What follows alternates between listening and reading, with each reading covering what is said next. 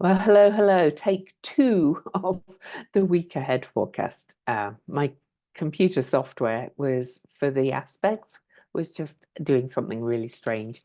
This Aquarius energy has really made some technology a little bit wonky. I think I've sorted it now. But I'm going to go over the cards again that I pulled for the week. And again, these are from the Tree Adivia deck. Um, this beautiful deck says fortune favors the brave. That's all black and gold with some pinks and blues in it. And it's really quite gorgeous. The people that created this deck, they sent me the deck and asked me to use it on my podcast. They've actually given me a link with a 10% discount code for anybody that watches this podcast and likes the look of the deck. So give it a check out if you like the look of it. Some of you have got it already. But before I dive in, don't forget to subscribe to my blog, subscribe to my channel, I mean, give me a thumbs up and leave me a comment. And let's dive into the cards. Sorry if I look distracted, that's because all my color on my screen suddenly changed to the black background because I'm recording this quite late. Wow. Okie dokie. And I don't need my hand up. There we go. So first card I pulled was the Queen of Cups. You see the Queen of Cups in that boat with one cup. She's wearing her crown. She's kind of on a shell boat and very connected to the water. Cups, of course, are to do with emotions and the element of water. And the Queen of Cups says that psychic dreams may occur, which really figures because we start the week with the sun just in water sign Pisces and the moon just in the water sign Cancer. So we've gone from air to double water, and it's emotional and very creative and intuitive. So the book says pay close attention to your psychic dreams and the messages of your subconscious. There may be a generous or a loving female figure in your life.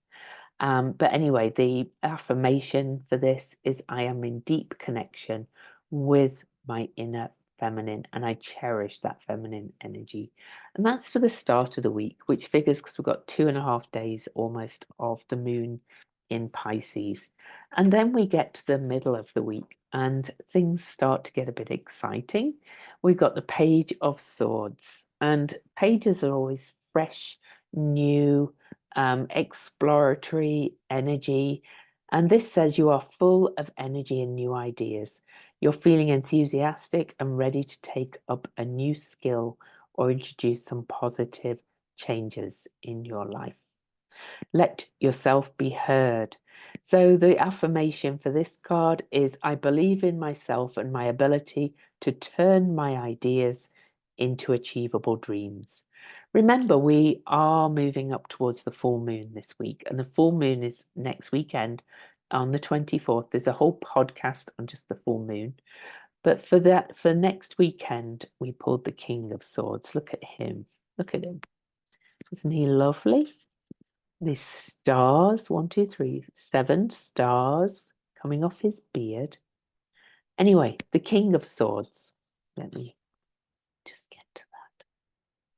This says, intellectual, powerful, and authoritative are the words that represent you right now. You have the stability and mental clarity to make rational decisions. If someone attempts to change your mind on a matter that you feel strongly about, stand firmly in your choice and fight for your truth. You are the creator of your life, and you have the resources to make judgments about what is right and wrong for you. This feels very appropriate for a Mercury-ruled Virgo full moon that's next weekend. Now let's dive into the astrology. We don't actually have that many aspects, but what we do have are pretty dynamic. So instead of starting at 12:01 a.m. as I usually do, I actually started with the first major aspect of the week. But before I look at that, just before I'm recording this on Sunday evening, overnight for me, I live in Mountain Time, Salt Lake City, Utah. Just before midnight, the moon moves into Cancer and the sun moves into Pisces. So they're virtually moving in together. So we really start the day with that watery, intuitive energy, both our luminaries, the moon going into her own sign, Cancer, and the sun going into dreamy, psychic energies, but sometimes confusing energies of Pisces. So that's how we launch the week. Now, the moon itself doesn't make any major aspects, but minor aspects throughout the week for every lunar aspect during the day. I invite you to subscribe to my free Substack. There's an optional paid support, but it's not required to read my daily posts where I go into the more granular kind of energies. But I want to talk about the big aspect of the day, and that is this. Chiron conjunct the North Node, with the North Node moving towards the eclipses. After this full moon next weekend, we will be in the eclipse portal fully, because the next full moon after the one on the 24th is the eclipse. And this Chiron North Node conjunction has been aspected for a while. We can actually see that it's kind of got this this real pattern, this crisscross pattern with a quincunx here and a quincunx here and a quincunx here. You know, everything's kind of speaking to each other. So we've got the opposition here, and then we've got Juno and Hygeia opposing each other here, and Black Moon Lilith back and forth. So this is a real integrative kind of healing moment with our preventative health asteroid, Nessus, the generational traumas. The buck stops here. I've had enough of kind of this. Let's see how we can prevent these traumas from happening anymore. For example, just today, as we felt this coming, a very good friend of mine told me about somebody in her family who had been molesting younger members of the family, about how he has now been arrested and will be going down for a long time and will not be able to do it to any more people because people showed up and laid charges against him, but the police were very clever how they interviewed him, and he kind of gave himself away. And wow. Now, this is also important because Juno is part of this, and she is the goddess of marriage, but also all our relationships, but also women and children. And Black Moon Lilith here is shame, or where we've been shamed, or where we've felt shame. So there's a real kind of healing moment here with Chiron, the medicine man, on the North Node, where we're yearning to go towards, of some resolution for some long-standing abuse and traumas, and preventative and helping to prevent that happen again. And I think this is a really powerful day for this respect. Okay, so I'm not going to talk about the lunar aspects, as I said, but I will say that the moon comes up after this conjunction and squares the nodes and squares Chiron, and trines Hygeia, and then will sextile Juno. So we've got the moon joining in all of this when the moon gets to 16 degrees. So powerful start to the week. There could be, you know, something in the news that's kind of some resolution about some long-standing and intergenerational abuse that's been a long time needing healing. Okay, so into February the 20th. Oh, my listings seem to be acting very strange, but that's all right. So the February the 20th, I'm just scanning. Early on, we have that moon square to everything, and then, because you can, in fact, let's go back to the start of the day. I get confused. I set it later in the day for Monday because of I wanted to show you the exact Chiron North Node conjunction. You can see they're actually moving apart now quite quickly. So early on Monday, the moon, sorry, Tuesday, the moon reaches 13 degrees Cancer, which is incidentally the degree of the sun of the USA. And the USA is getting some pretty big aspects this week. Now, I just scanned down the aspect list and there are no major aspects early in the day. However, no, that's not right.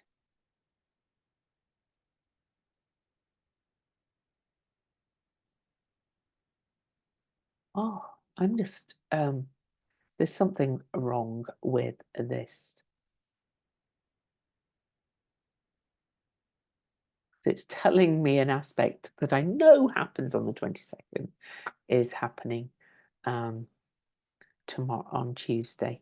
Bear with me 1 second. Why it's doing that? You know, I'm just going to look at the chart and tell you because I know the aspects really anyway. So you can see on this 20th, sorry, the moon is in her own sign Cancer again, and again I'll write about the lunar aspects in the daily blog on Substack. But as I mentioned, talking about this North Node Chiron conjunction, the moon will come up and square all of this and aspect Juno and aspect Nessus and aspect Hygeia. So the moon is in Cancer is very much about self-care, self-preservation, self-protection. So the moon activates all of that energy. All right. One other thing to notice is that Hecate retrogrades back to the 0 degree mark of Virgo. She's going to go back into Leo, but at this point, she is in an aspect of adjustment with Pluto. Hecate, the way shower, is kind of looking at Pluto going, how are you doing now? You're just in Aquarius. How are you settling in? Are you showing us all the dangers of, some of the misuse of science and so on?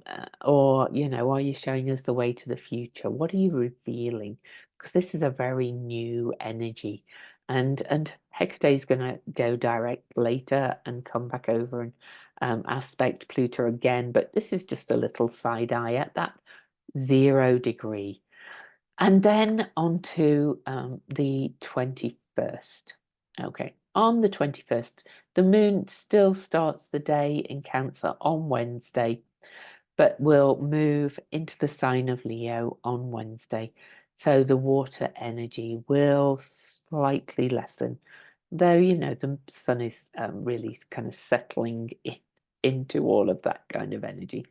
This 16 degree and 16 and 17 with Juno, Lilith, Nessus, Hygeia, the North Node, Chiron, and the South Node really is active for the whole first part of the week.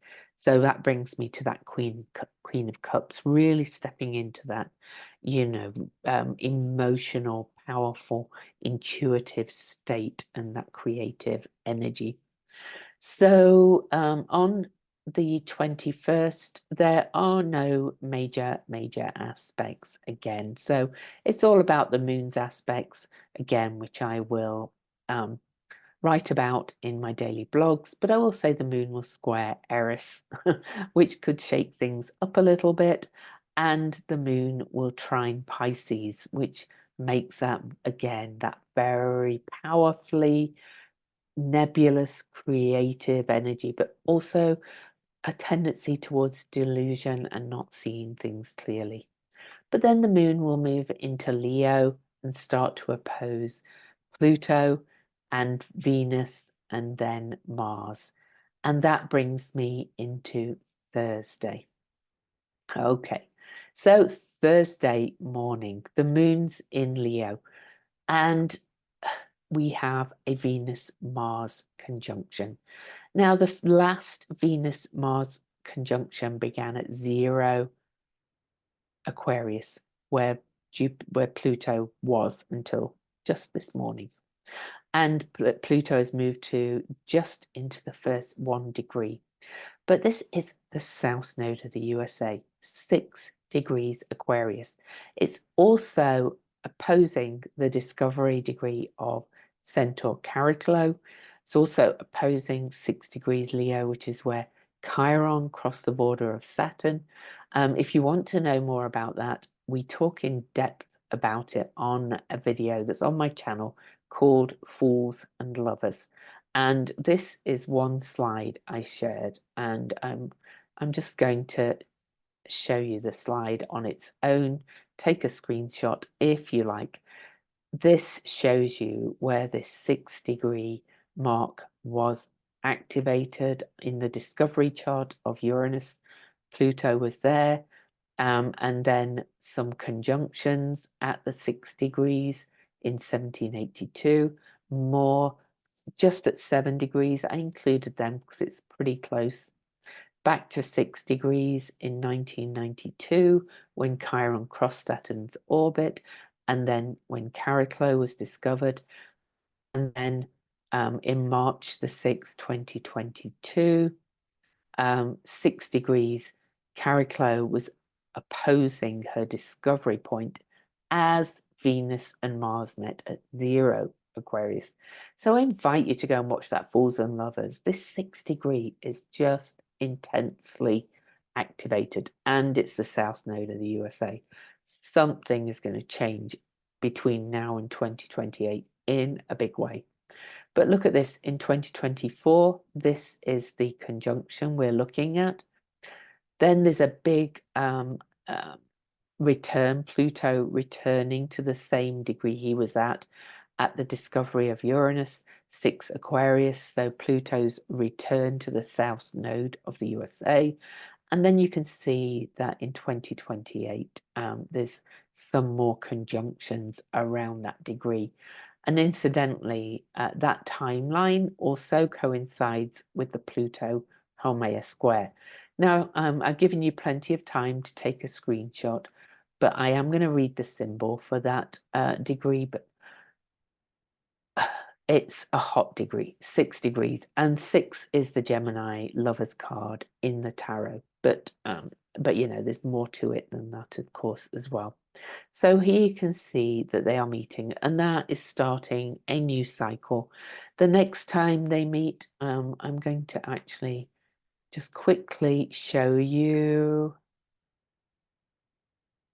So they meet on 2:14 a.m. on the 22nd. And then the next time they meet is January the 7th, 2026. That's at 18 Capricorn. Now, I have a lot to say about that too, because that was a Venus star point, the one just before the launch of the invasion of Ukraine by Russia. So that's going to be interesting too. But let's take us back to the 22nd, 2024. The interesting thing about this conjunction at 6 Aquarius is that just before the conjunction, the moon is at 6 Leo. The moon is also at the point of a yod between Ceres and Pholus, the centaur and the dwarf planet nurturing the Great Mother, Pholus, kind of Pandora's box, and Saturn. Okay, and they are pointing at the moon, and that is kind of breaking through some barriers.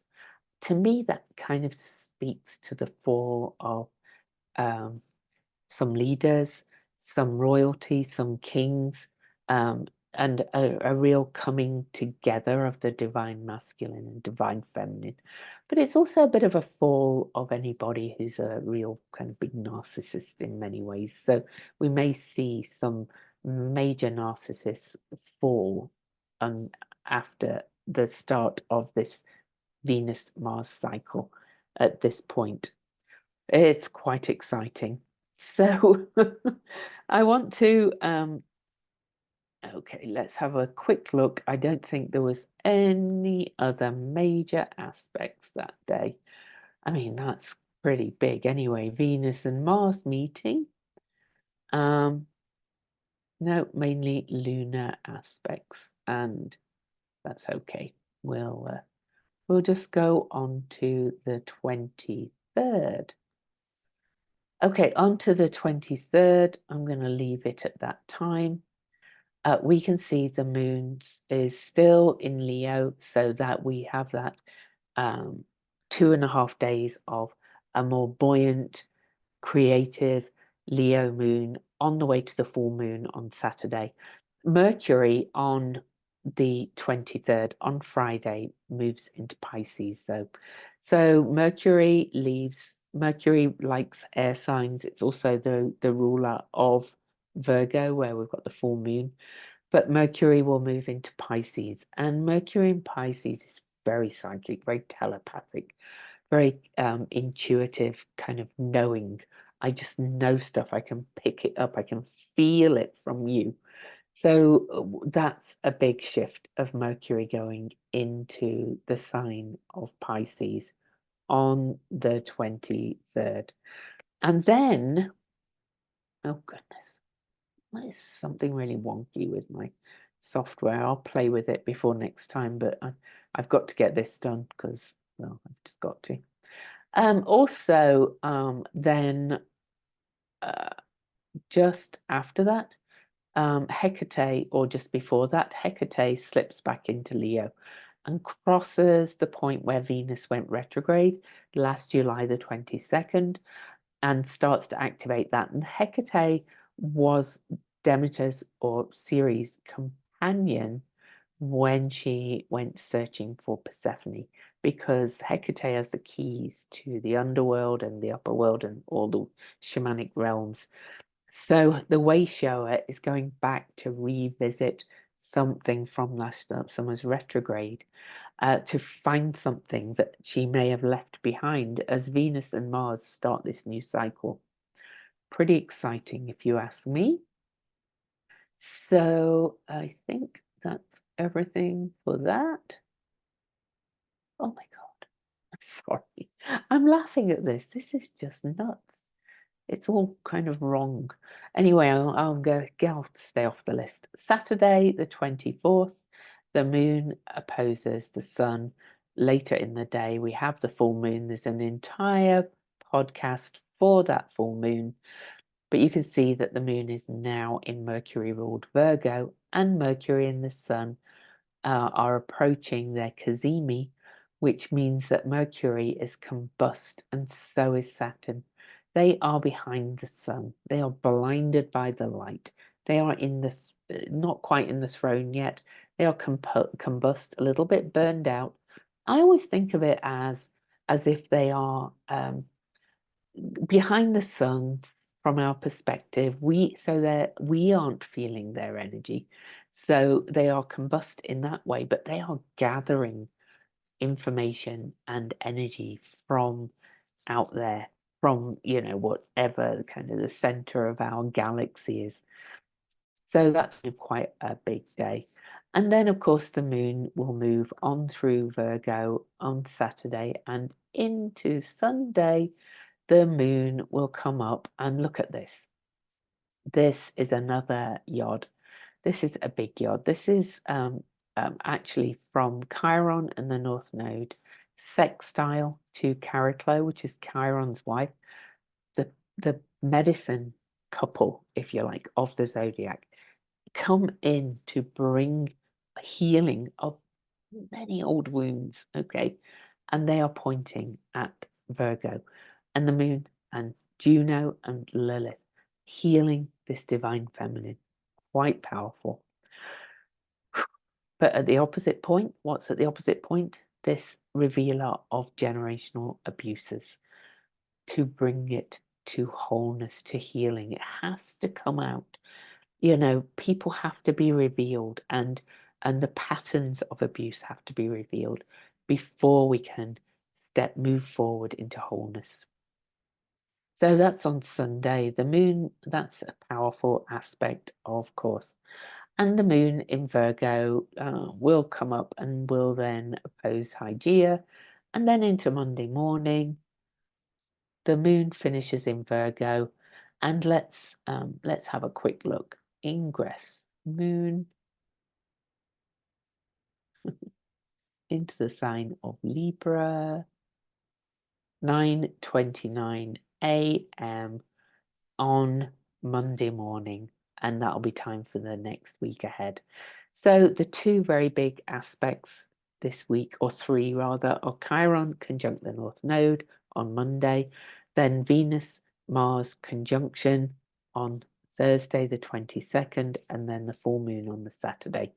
But let's have a quick look at the symbol, or the Chandra symbol at least, for that degree.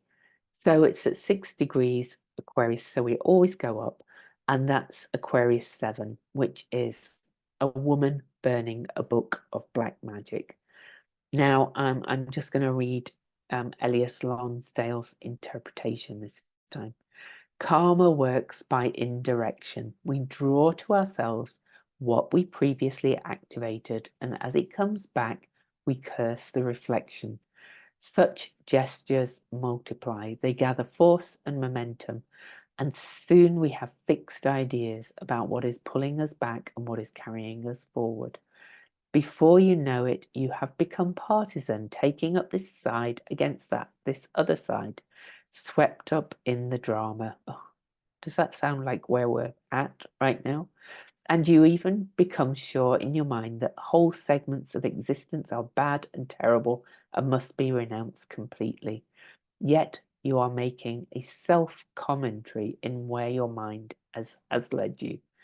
And there must come a point in the journey where the mind strips away its disguise, and you know once again that all is of God, and that all is toward the good, and nothing can ever harm you unless you insist upon it. Now, John Sandbach, who channeled these symbols, says, here is an attempt of a woman burning a book on black magic. Here is an attempt to protect others from negativity by attempting to deny or ignore it. This degree has strong attitudes concerning what is right or wrong. One of the best results of this is that it provokes others to consider more deeply such moral questions. In the end, though, must come the realization that even negativity can be a tool for evolution.